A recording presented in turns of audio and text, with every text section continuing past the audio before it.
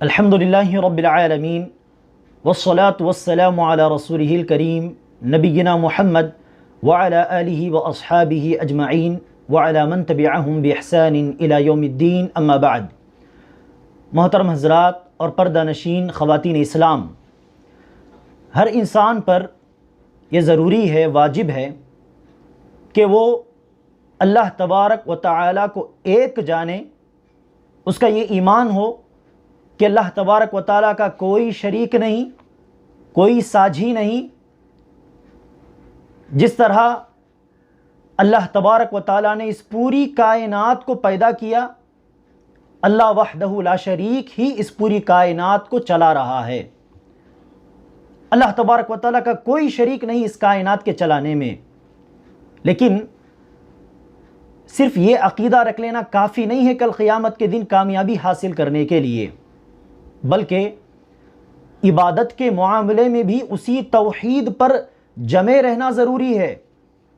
مکے کے کافروں کے بارے میں ہم نے کہا کہ مکے کے کافروں کا، مشرکوں کا یہ عقیدہ تھا کہ پوری کائنات کا خالق و مالک صرف اللہ ہے، بارش وہی برساتا ہے، پودے وہی اگاتا ہے، سورج اور چاند کو وہی لاتا ہے، نفع اور نقصان کا وہی مالک ہے۔ یہ کافروں کا عقیدہ تھا، مکے کے مشرکوں کا عقیدہ تھا۔ کیا صرف اس عقیدے کی وجہ سے وہ کامیاب ہو جائیں گے؟ نہیں، بلکہ عبادت کے معاملے میں بھی توحید پر جمے رہنا ان کے لیے ضروری تھا، لیکن عبادت کے معاملے میں وہ گمراہ ہوئے، پھسل گئے اور 360 بتوں کی وہ عبادت کرتے تھے۔ تو ربوبیت کے معاملے میں پوری کائنات کی تخلیق کا تنہا مالک اللہ ہے، یہ ان کا عقیدہ تھا۔ اس معاملے میں وہ توحید پر تھے۔ یہ کافی نہیں ہے کل قیامت کے دن کامیابی کے لیے، بلکہ عبادت کے معاملے میں بھی، جس کو الوہیت عبادت کہا جاتا ہے، عبادت کے معاملے میں بھی ان کو توحید پر رہنا چاہیے تھا۔ صرف اللہ کی عبادت کرنی چاہیے تھی، لیکن اللہ کی بھی عبادت کرتے، 360 نیک لوگوں کے بتوں کی بھی وہ عبادت کیا کرتے۔ تو اس طرح ربوبیت کے معاملے میں توحید پر رہ کر عبادت میں شرک کر لیا تو تمام محنتیں بیکار ہیں، تمام کوششیں بیکار ہیں، تمام قسم کی عبادتیں بیکار ہیں۔ ہم لا الہ الا اللہ کہتے ہیں، اس کلمے کا تقاضا کیا ہے؟ یہ کلمہ ہم سے کیا مانگتا ہے؟ لا الہ الا اللہ کی ہم گواہی دیتے ہیں اور کہتے ہیں کہ عبادت کے لائق اللہ کے سوا کوئی نہیں، اللہ کے سوا معبود برحق کوئی نہیں۔ معبود کا مطلب کیا؟ جس کی عبادت ہوتی ہے۔ تو اس کلمے کا تقاضا یہ ہے کہ ہم اس کلمے کی ادائیگی کے بعد، اس کلمے کا اقرار کر لینے کے بعد ہر قسم کی عبادت، چاہے وہ نماز ہو، چاہے روزہ ہو، قربانی ہو، ذکر کرنا ہو اس کے نام کا، ہر قسم کی عبادت صرف اللہ تبارک و تعالیٰ کے لیے ہم خالص کر دیں۔ جیسے کہ اللہ نے کہا، اے نبی آپ کہہ دیجئے، قل ان صلاتی ونسکی ومحیای ومماتی للہ رب العالمین، میری نمازیں، میری تمام عبادتیں، میری قربانیاں، میرا جینا، میرا مرنا سب رب العالمین کے لیے ہے۔ تو اس طرح اس کلمے کا تقاضا پورا کرنا ضروری ہے۔ صرف کلمہ کہہ دینا کافی نہیں ہے۔ لا الہ الا اللہ زبان سے کہہ دیا، لیکن عبادت میں کسی اور کے سامنے بھی ہم جا کر جھکنے لگے، سجدے کرنے لگے، عبادت کے معاملے میں ہم اللہ کے ساتھ انسانوں کو، قبر میں مدفون لوگوں کو اللہ کا شریک بنانے لگے، تو ذرا سوچئے اس کلمے کا کچھ فائدہ ہوگا؟ کئی مسلمان یہ سمجھتے ہیں کہ ہم تو کلمہ گو ہیں، ہم لا الہ الا اللہ کلمہ پڑھنے والے ہیں، ہم تو ہر روز اشہد ان لا الہ الا اللہ و اشہد ان محمد الرسول اللہ کی گواہی دیتے ہیں، ہم کیسے مشرک ہو سکتے ہیں؟ ہم کیسے کافر ہو سکتے ہیں؟ تو اس طرح بعض مسلمان اس غلط فہمی کا شکار ہیں کہ صرف کلمہ کہہ دینا کافی ہے، شہادت کہہ دینا کافی ہے۔ کلمہ کہہ دینے کے بعد ایک مسلمان ہرگز کافر نہیں ہو سکتا۔ کلمہ کہنے والا کافر کیسے ہو سکتا ہے؟ ہاں، ہمارا بھی یہی عقیدہ ہے کہ کلمہ کسی نے کہہ دیا وہ مسلمان ہے، شہادہ کسی نے کہہ دیا وہ مسلمان ہے، لیکن خود اللہ کے رسول صلی اللہ علیہ وسلم شرک سے پناہ مانگتے تھے کہ نہیں؟ اللہ کے رسول صلی اللہ علیہ وسلم دعا کیا کرتے، اللہم انی اعوذ بک من ان اشرک بک شیئا وانا اعلم واعوذ بک من ان اشرک بک شیئا وانا لا اعلم۔ یا اللہ، جانے انجانے میں شرک کرنے سے میں تیری پناہ میں آتا ہوں، جانتے ہوئے اور نہ جانتے ہوئے شرک میں گرنے سے میں تیری پناہ مانگتا ہوں۔ اللہ کے رسول صلی اللہ علیہ وسلم دعا کر رہے ہیں۔ اللہ کے رسول ہرگز شرک نہیں کر سکتے، لیکن اللہ کے رسول نے اس طرح دعا مانگ کر ہم مسلمانوں کو یہ سبق دیا ہے، یہ درس دیا ہے کہ ہمیشہ شرک کے معاملے میں ڈرتے رہو، کیونکہ شرک میں تم پڑ گئے آخرت کی زندگی برباد۔ لاکھ تم نمازیں پڑھ لو، لاکھ روزے رکھ لو، تو اللہ کے رسول نے گویا ہم کو یہ درس دیا ہے کہ شرک کے معاملے میں ہمیشہ ڈرتے رہنا، ہوشیار رہنا، احتیاط برتنا۔ تو اس کا مطلب کیا ہے؟ کلمہ کہہ دینے کے بعد کوئی کفر نہیں کر سکتا، کافر نہیں ہو سکتا، مشرک نہیں ہو سکتا، اس طرح کہہ کر اطمینان کے ساتھ بیٹھنا نہیں ہے، بلکہ بار بار اپنے عقیدے کو، اپنے اعمال کو تول کر دیکھنا چاہیے کہ میں توحید پر قائم ہوں کہ نہیں، جانے انجانے میں کوئی شرک کا کام تو نہیں کر رہا کہ جس سے میری آخرت برباد ہو سکتی ہو۔ بھائیوں اور پردہ نشین خواتین اسلام، جس طرح ہم وضو کرتے ہیں، لیکن وضو کرنے کے بعد طہارت، پاکی کے حاصل ہو جانے کے بعد وہ پاکی اس وقت تک رہے گی جب تک کہ وضو کو توڑنے والا کوئی کام نہ ہو۔ نواقض وضو جسے ہم کہتے ہیں، نواقض وضو میں سے کوئی چیز ہو جائے تو پاکی ختم، جو وضو ہم نے کیا وہ ویلڈ نہیں ہوگا، وہ انویلڈ ہو جائے گا، اس کا اثر ختم ہو جائے گا۔ تو وضو ہم نے کیا ہے، ہم باوضو ہیں، لیکن کب تک؟ جب تک کہ نواقض وضو میں سے کچھ نہ ہو جائے۔ نواقض وضو میں سے کچھ ہو جائے، ہم سو گئے یا کہ ہم ضرورت کے لیے جا کر آ گئے قضاء حاجت کے لیے، تو وضو جیسے ختم ہو جاتا ہے، ٹوٹ جاتا ہے، اسی طرح ہم نے کلمہ کہہ دیا تو ہاں ہم کلمہ گو ہیں، ہم کلمہ پڑھنے والے ہیں، لیکن اس کلمے کا اثر کب تک رہے گا؟ جب تک کہ اس کلمے کو توڑ دینے والی کوئی چیز ہم نہیں کریں گے، اس کلمے کو انویلڈ بنانے والی، اس کلمے کو بیکار کرنے والی جو چیزیں ہیں ان چیزوں سے ہم پرہیز کریں گے، دور رہیں گے، ہاں تب تک اس کلمے کا اثر رہے گا، اس کلمے کا فائدہ ہوگا۔ لیکن ہم نے کلمہ کہہ دیا، لیکن وہاں جا کر کلمے کو توڑ دینے والی کوئی چیز ہم نے کر لی، کوئی کام کر لیا، تو یہ کلمہ انویلڈ ہو جائے گا، بیکار ہو جائے گا۔ اللہ کے رسول صلی اللہ علیہ وسلم نے ارشاد فرمایا ایک حدیث کے اندر، یصبح الرجل مؤمنا ویمسی کافرا، ایک ایسا زمانہ آئے گا کہ اس زمانے میں فتنوں کے درمیان، کئی قسم کے فسادوں کے درمیان، فتنوں کے درمیان ایک بندہ صبح مومن رہے گا، شام ہوتے ہوتے وہ کافر بن جائے گا۔ شام کے وقت ایک آدمی مومن رہے گا، ایمان والا ہوگا، لیکن صبح کے ہوتے ہوتے وہ کافر بن جائے گا۔ ایسے فتنوں کے درمیان لوگ پھنس جائیں گے، پتہ نہیں چلے گا کہ ایمان کیا ہے، کفر کیا ہے۔ لا علمی کی وجہ سے، جہالت کی وجہ سے مومن کافر بن جائے گا شام ہوتے ہوتے، شام کا مومن صبح ہوتے ہوتے کافر ہو جائے گا۔ یہ میری بات نہیں ہے، یہ کسی اور کی بات نہیں ہے، یہ اللہ کے رسول صلی اللہ علیہ وسلم کی بات ہے۔ اللہ کے رسول کی بات کو تو سمجھیے، اللہ کے رسول کے بات پر تو ایمان لائیے۔ خود اللہ کے رسول کہہ رہے ہیں کہ ایک مومن کافر ہو سکتا ہے، کب؟ جب وہ کوئی کفریہ کام کر لیتا ہے، جب وہ کوئی شرکیہ کام کر لیتا ہے، گمراہی میں پڑ کر۔ ایک دوسری حدیث میں اللہ کے رسول صلی اللہ علیہ وسلم نے ارشاد فرمایا کہ رات اللہ تبارک و تعالیٰ نے مجھ سے کہا کہ میں نے بعض بندوں پر نعمت کی، لیکن وہ بندے کافر بن گئے، اس نعمت کا انہوں نے انکار کر دیا، کفر کر لیا۔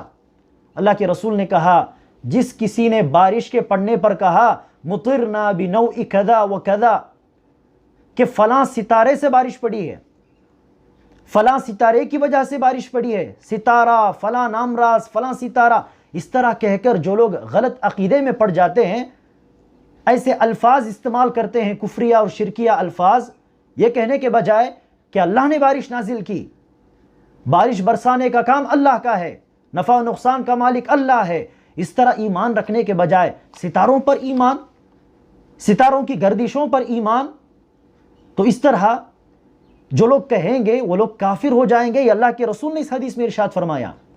تو کلمہ ہم کہتے ہیں، لیکن وہ کلمہ ہم جب تک ہم کو وہ کلمہ کس وقت تک ہم کو فائدہ پہنچا سکتا ہے؟ یہ کلمہ ہم کو اس وقت تک فائدہ پہنچائے گا جب تک کہ ہم اس کلمے کے تقاضوں کو پورا کریں گے۔ اس کلمے کو توڑ دینے والی کوئی چیز ہم کر لیں گے تو یہ کلمہ بیکار ہے، اس کا کوئی فائدہ نہیں ہے۔ اب دیکھیے کہ بعض مسلمان اس دھوکے میں ہیں، یا اس دھوکے میں ان کو رکھا جاتا ہے کہ ہم کلمہ پڑھنے والے مسلمان ہیں، ہم سے شرک نہیں ہو سکتا، ہم شرکیہ کام ہرگز نہیں کریں گے، خود اللہ کے رسول نے کہا۔ اس طرح کہہ کر ایک حدیث کو لوگوں کے سامنے بیان کرتے ہیں اور لوگوں کو دھوکے میں رکھتے ہیں۔ وہ حدیث کیا ہے؟ بخاری شریف کی 1340 پر 4ویں حدیث، جس میں اللہ کے رسول نے کہا لا اخاف علیکم ان تشرکوا بعدی، مجھے اس بات کا ڈر نہیں ہے کہ تم میرے بعد شرک کرنے لگو گے، بلکہ مجھے اس بات کا ڈر ہے کہ تم پر دنیا کھول دی جائے گی، دنیا کے معاملے میں تم ایک دوسرے سے آگے بڑھنے کی کوشش کرو، دنیا کے معاملے میں تم مگن ہو جاؤ اسلام کو بھول کر، ہاں مجھے اس بات کا ڈر ہے۔ تو یہ حدیث لوگوں کے سامنے بیان کرتے ہیں اور کہتے ہیں کہ دیکھو خود اللہ کے رسول نے کہہ دیا کہ تم لوگوں کے بارے میں مجھے شرک کا ڈر نہیں ہے، تم شرک نہیں کرو گے، بلکہ دنیا کے معاملے میں تم آگے بڑھنے کی کوشش کرو گے اور دین کو بھول جاؤ گے، اسی بات کا مجھے ڈر ہے۔ خود اللہ کے رسول نے کہہ دیا تو کیسے حق بنتا ہے ان لوگوں کو ہمیں دیکھ کر کہنا کہ تم شرک کر رہے ہو، تم کفر کر رہے ہو، اس طرح کرنا نہیں چاہیے، یہ لوگ جھوٹ کہہ رہے ہیں۔ اس طرح کہہ کر لوگوں کو دھوکے میں رکھا جاتا ہے۔ اب اس حدیث کا مطلب کیا ہے؟ کہ اس حدیث کا مطلب یہ ہے کہ اللہ کے رسول صلی اللہ علیہ وسلم نے جب کہا کہ میرے بعد تم شرک کرو گے، اس کا مجھے ڈر نہیں، اس کا کیا مطلب یہ ہے کہ مسلمان کبھی شرک نہیں کرے گا؟ نہیں، ہرگز نہیں۔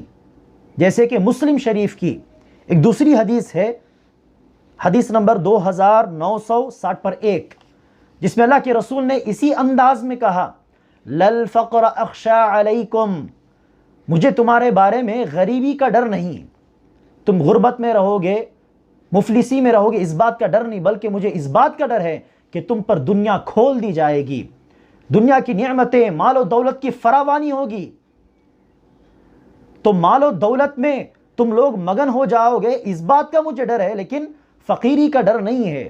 تو اس کا مطلب یہ ہوا کہ مسلمان کبھی فقیر نہیں رہے گا، مسکین نہیں رہیں گے، مسلمانوں میں غربت نہیں رہے گی۔ ہم تو آنکھوں سے دیکھ رہے ہیں لاکھوں مسلمان غریب ہیں، مسلمان ممالک میں کئی لوگ غریب ہیں، کئی لوگ غریبی سے دو چار ہیں، پریشان ہیں، ہم آنکھوں سے دیکھ رہے ہیں۔ تو اس حدیث کا مطلب یہ نہیں کہ تم لوگ غریب نہیں ہوگے، نہیں، اس کا مطلب یہ ہے کہ تمام لوگ مل کر غریب نہیں ہو جاؤ گے۔ ہاں بعض لوگ غریب رہیں گے، بعض لوگ مالدار رہیں گے، لیکن تمام کے تمام لوگ غریب ہو جاؤ گے اس کا مجھے ڈر نہیں، لیکن تمام کے تمام لوگ دنیا کے معاملے میں مگن ہو جاؤ گے، اسلام کو بھول جاؤ گے، ہاں یہ ممکن ہے۔ تو یہی معنی ہے اس حدیث کا، میرے بعد تم شرک کرو گے، اس کا مجھے ڈر نہیں۔ اس کا مطلب یہ ہے کہ پوری امت شرک میں پڑ جائے گی، ایسا ہرگز نہیں ہو سکتا، پوری امت کبھی شرک میں ملوث نہیں ہوگی۔ ہاں بعض لوگ شرک کر سکتے ہیں، لیکن امت کا ایک طبقہ، ایک جماعت ہر ضرور قیامت کے دن تک وہ حق پر قائم رہے گی، توحید پر قائم رہے گی۔ تو اللہ کے رسول نے یہ کہا تھا کہ پوری امت شرک میں گر جائے، ایسا نہیں ہو سکتا، اس بات کا مجھے ڈر نہیں ہے۔ اس امت کے بعض لوگ شرک کریں گے، اس بات کی دلیل ہم کو ایک دوسرے حدیث میں ملتی ہے۔ اللہ کے رسول صلی اللہ علیہ وسلم نے ارشاد فرمایا، مسلم شریف کی 2906ویں حدیث ہے، حدیث نمبر 2906، جس میں اللہ کے رسول صلی اللہ علیہ وسلم نے ارشاد فرمایا لا تقوم الساعۃ، اس وقت تک قیامت قائم نہیں ہوگی جب تک کہ دوس قبیلے کی عورتیں ذوالخلصہ نامی بت کے اطراف طواف نہ کرنے لگیں۔ دوس قبیلے والے لوگ مسلمان تھے، دوس قبیلہ جہاں سے طفیل بن عمر دوسی رضی اللہ عنہ آئے اور آگے چل کر اس قبیلے کے لوگ مسلمان ہوئے، تو اسی قبیلے سے ابو ہریرہ رضی اللہ عنہ آئے۔ ویسے مسلمان قبیلے کے بارے میں اللہ کے رسول نے کہا کہ قیامت کے پہلے اس قبیلے کے بعض لوگ شرک میں پڑ جائیں گے اور ذوالخلصہ نامی بت کی پرستش کرنے لگیں گے، طواف کرنے لگیں گے۔ تو یہ کہنا کہ مسلمان کبھی شرک نہیں کر سکتا، یہ کہہ کر لوگوں کو دھوکے میں رکھنا بہت بڑی خیانت ہے۔ مسلمانوں کو دھوکے میں رکھنا ہے۔ شرک کے معاملے میں احتیاط برتنے کے بجائے اللہ کے رسول نے تو حلال و حرام کے معاملے میں احتیاط برتنا سکھایا۔ ایک چیز آپ کے سامنے آتی ہے، ایک کھانے کی چیز، اس کے بارے میں آپ کو شک ہو جائے کہ یہ حرام ہے کہ حلال ہے، اللہ کے رسول نے کہا اسے چھوڑ دو، مت کھاؤ، استعمال مت کرو۔ کیوں؟ کیونکہ وہ حرام ہو سکتا ہے۔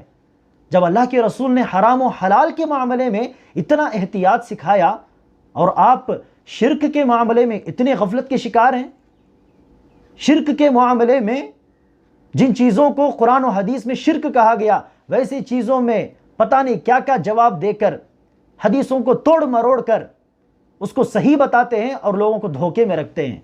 اللہ محفوظ رکھے۔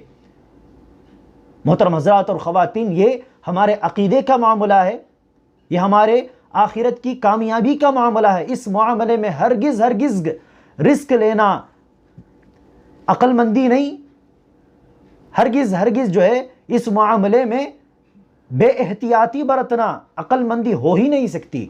اس معاملے میں حد درجہ ہم کو ہوشیار ہونا چاہیے۔ لیکن ہم دیکھتے ہیں کہ کئی مسلمان، کلمہ پڑھنے والے مسلمان اس معاملے میں غفلت کا شکار ہیں اور شرکیہ کاموں میں پڑے ہوئے ہیں، جس کی چند مثالیں آج اور اگلے درس میں ہم دیکھیں گے۔ جیسے مثال کے طور پر غیر اللہ کے سامنے سجدہ کرنا، غیر اللہ کے سامنے جا کے سجدہ کرتے ہیں۔ مدفون لوگوں کے لیے، قبر میں مدفون نیک لوگوں کے سامنے جا کے سجدہ کرتے ہیں، انسانوں کے لیے سجدہ کرتے ہیں۔